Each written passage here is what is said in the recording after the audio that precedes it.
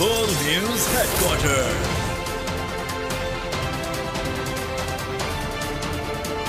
अस्सलामुअलैकुम। बोल news headquarters में कहेंगे आपको खुशामदीद। मैं हूं आपके साथ बुशरा हक। मैं हूं अरबाब जहांगीर और मैं हूं आपके साथ अनम जुल्फिकार। हेडलाइंस आप जान चुके हैं, बुलेटिन में बात करेंगे। दहशतगर्दों पर कारी वार, नजरसानी एक्ट कलअदम करार, नजरसानी पर नजरसानी का प्लान तैयार, किसकी होगी निगरान सरकार, सदर ममलकत का कितना इख्तियार, और मुत्तफिक होंगे शाह और अंसार।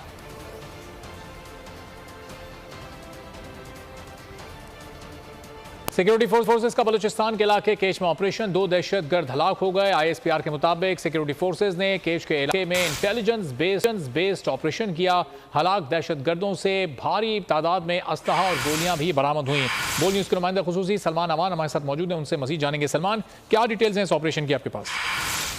फोर्सेस का बुनियादी तौर पर एक इंटेलिजेंस बेस्ड ऑपरेशन था जो कि जिला कीच के इलाके माजा बंद में किया गया और ISPR की जानिब से बताया गया है कि बड़ी सक्सेसफुल कामयाब कार्रवाई जिसमें 2 दहशतगर्दों को हलाक कर दिया गया, जबकि एक दहशतगर्द जो है जख्मी हुआ इस ऑपरेशन के दौरान। और इस दहशतगर्दों से बड़ी मिकदार में वेपन्स और दीगर एमुनेशन जो है वो भी बरामद हुआ। और ये जो हलाक होने वाले दहशतगर्द हैं बुनियादी तौर पर अपने इलाके में न सिर्फ मासूम शहरियों पर हमलों में मुलविस थे, बल्कि जो कानून नाफिज करने वाले इदारे हैं उनके खिलाफ भी मुख्तलिफ कार्रवाइयों में इनका हाथ था। और सिक्योरिटी फोर्सेज की जानिब से वाज़ेह किया गया है कि फौज पाकिस्तान की सिक्योरिटी फोर्सेज मुल्क से दहशतगर्दी की लानत के खात्मे के लिए पुरअज़्म है और हर कीमत पर पाकिस्तान के दुश्मनों के जो मज़मूम अज़ाइम है, मकासद है, उनको नाकाम बनाया जाएगा। जी ठीक है, बहुत शुक्रिया सलमान अमान अपडेट करने के लिए।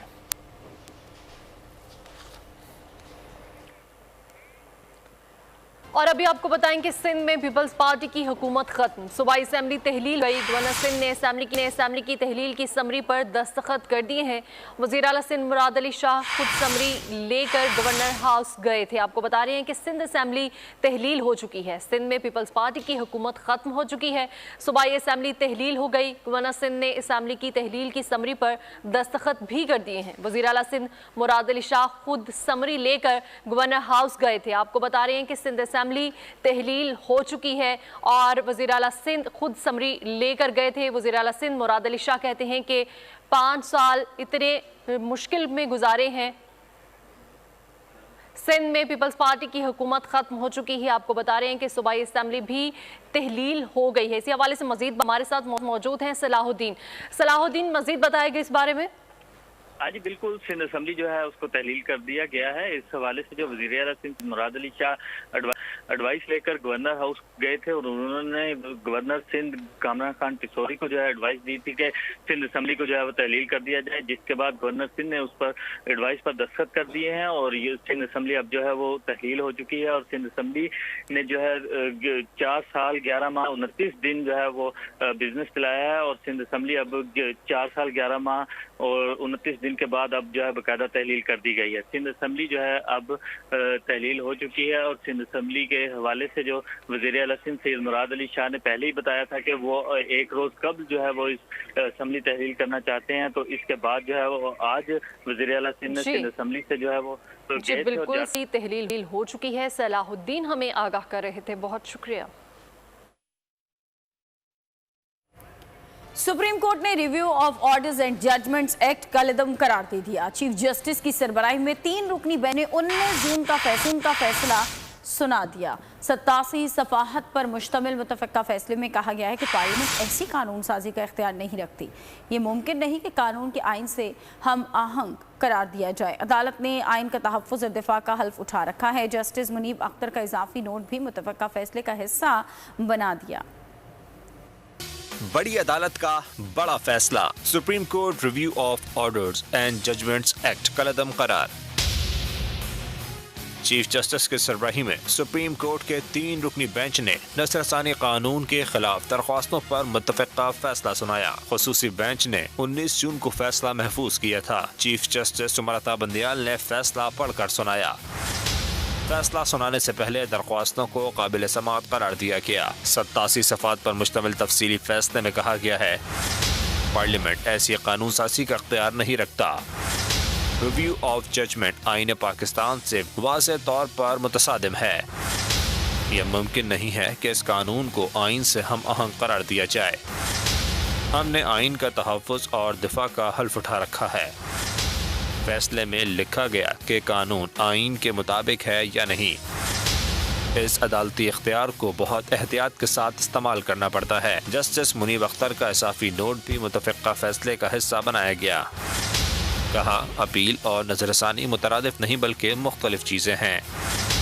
तयशुदा असूल है कि सादा कानून आइन में तब्दीली या इजाफा नहीं कर सकता और सुप्रीम कोर्ट रूल्स में तब्दीली अदलिया की supreme court review of judgments act के खिलाफ नजरसानी अपील की प्लानिंग कर ली। स्पीकर फैसले की कॉपी मंगवा ली। पहले खुद बगौर जायजा लेंगे, जिसके बाद कानूनी माहिरीन से मुशावरत की जाएगी।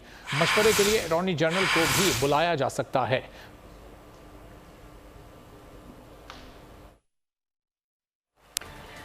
रिव्यू ऑफ जजमेंट एक्ट पर फैसला पार्लियामेंट के इख्तियारात में मुदाखलत है। पार्लियामेंट आर्टिकल 184(3) के इख्तियार खत्म कर दे।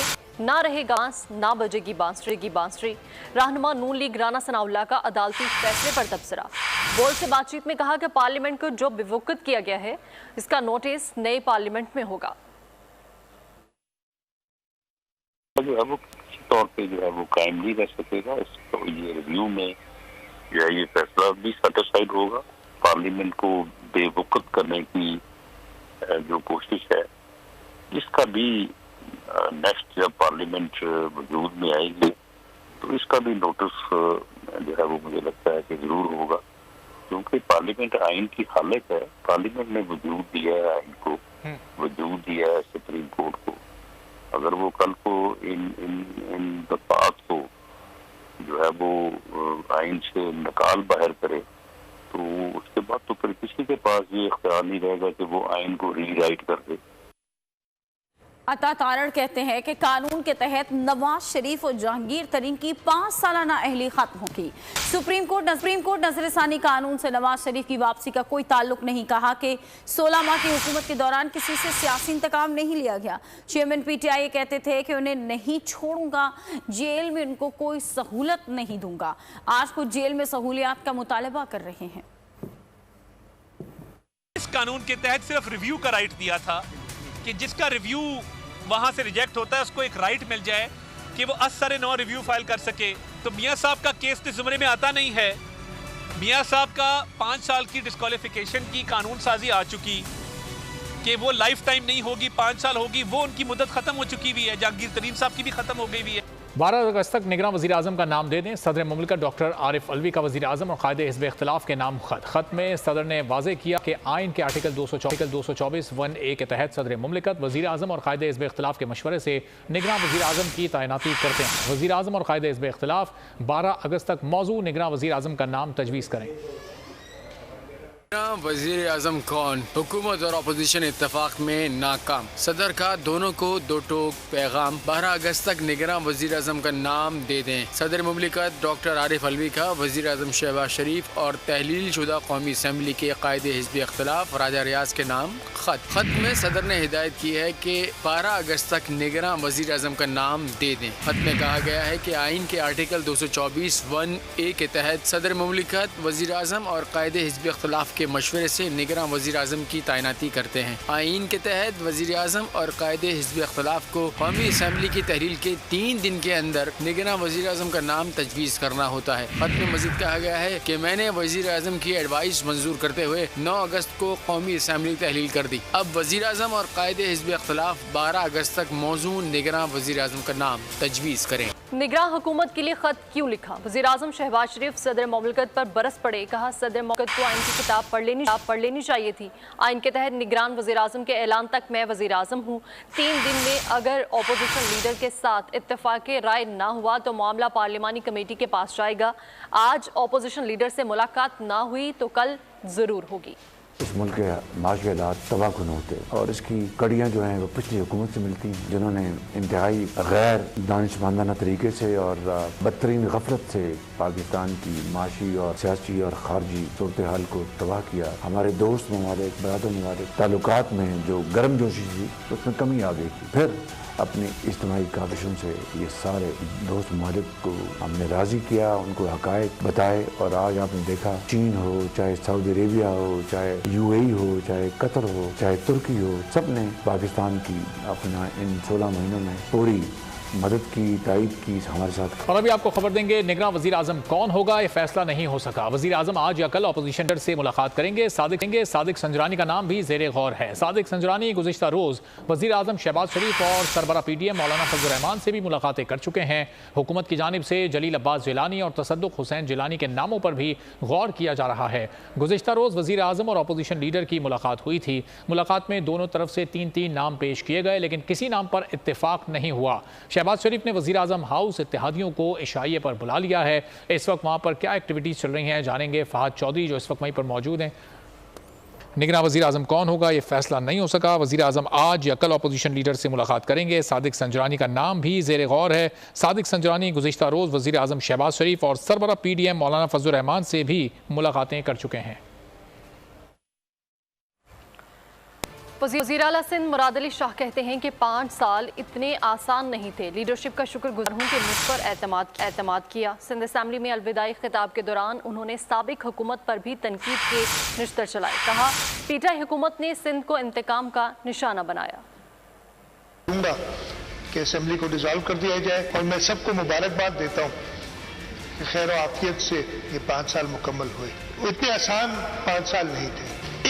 किस तरीके से इस असेंबली को, इस हुकूमत को चलने से रोका गया। मकसद क्या था कि सूबा सिंध को डिस्टेबलाइज करना है। एक तरफ ये जो मैन मेड साजिशें थी पीपल्स पार्टी के खिलाफ, ये हुई। एक वक्त में बड़ा चर्चा चला था कि जी चीफ मिनिस्टर तो बस कल अरेस्ट हो रहा है या परसों हो रहा है, और ये कहा गया तो बिलावल भुट्टो जरदारी साहब ने कहा था कि अगर जेल में होगा चीफ मिनिस्टर तो वहां से हुकूमत चलाएगा जेल से। स्पीकर सिंध असम्बली काले कानून के कैदी हैं। हमारी लीडरशिप ने मुश्किल हालात देखे। ईद की रात को फरियाल तालपुर को इंतकाम का निशाना बनाया गया। सिंध असम्बली में वजीर इत्तला शर्जील मेमन का खिताब। कहा कि मुझे जेल में पार्टी ने टिकट दिया, इलेक्शन में कामयाब हुआ, जो खिदमत की उस पर अवाम हमें वोट देंगे। को बहुत बहुत मुबारक हो कि जिस मकसद के लिए हम असेंबलियों में आते हैं, जिस मकसद के लिए हमें लोग वोट देकर भेजते हैं असेंबली में कि उनके मसाइल हल हों, ये वो असेंबली है जिसमें अल्हम्दुलिल्लाह हर शख्स को बोलने का मौका दिया गया, हर शख्स की बातों को सुना गया। हम किसी के घर की खवातीन के लिए कभी ये सोच नहीं रखेंगे कि लोगों की इस हद तक पर्सनल हुआ जाए, जो अनफॉर्चुनेटली इन 5 साल में, कि मैं इस 5 साल बताऊं इन 5 सालों में क्या क्या नहीं किया गया, लोगों की फैमिलीज तक को टारगेट किया गया। ये कभी पाकिस्तान की पॉलिटिक्स में नहीं होता था, ये हमारी रवायतों में नहीं है। जो गलतियां हुई उन पर आवाम से माफ़ी चाहती हूँ, आइंदा गलतियां नहीं होंगी। अपोजिशन लीडर राना अनवर का सिंध असम्बली में आखिरी खिताब। कहा अगली असम्बली में आएंगे और हुकूमत की बेंचेस पर बैठेंगे, सिंध के मसाइल हल करेंगे।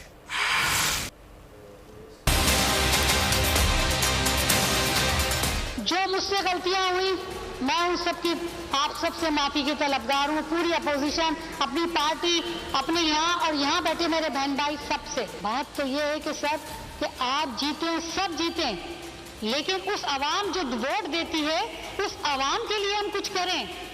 कि आया क्या, सिर्फ हम यही सोचें कि हम जो अपने लिए खुशी के साथ साथ उनकी खुशियों को भी साथ रखें जिन्होंने हमें यहाँ भेजा है सब। लेकिन ये बताइए कि हमने आवाम को क्या डिलीवर दिया। इंशाल्लाह हम फिर आएंगे, दोबारा रज बस के आएंगे और रज बस के आने के बाद यहाँ बैठेंगे। और अभी आपको खबर दें कि डिप्टी कमिश्नर लाड़काना ने सिंध हाई कोर्ट की पाबंदी के बावजूद ग्रेड 1 से 4 की मुलाजमतों के 1400 ऑर्डर्स जारी कर दिए। मुलाजमतें महकमा सेहत, तालीम, प्रोवेंशन, हाईवेज, बहबूदाबाद दीगर महकमों में दी गई है। Larkana deputy commissioner Larkana Salimullah order ने मुबैना तौर पर तमाम ऑर्डर्स पर साबका तारीखों में दस्तखत किए हैं।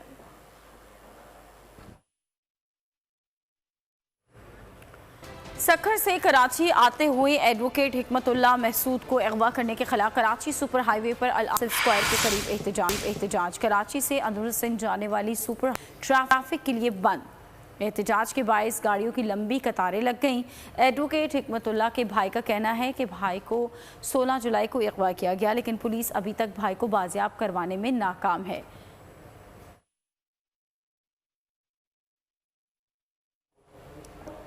हम सब का पाकिस्तान, पाकिस्तान है तो हम हैं। यौम आज़ादी के 76 साल, फनकारों की जानिब से कौम को आज़ादी की मुबारकबाद।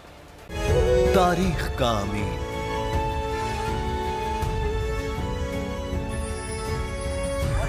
आज़ादी की अलामत,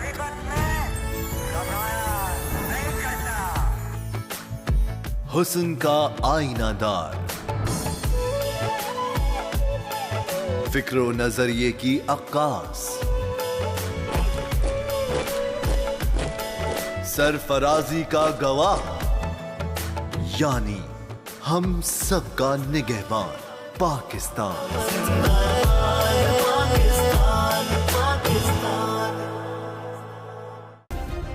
सब्सक्राइब करें और बेल दबाएं ताकि कोई खबर रह न जाए।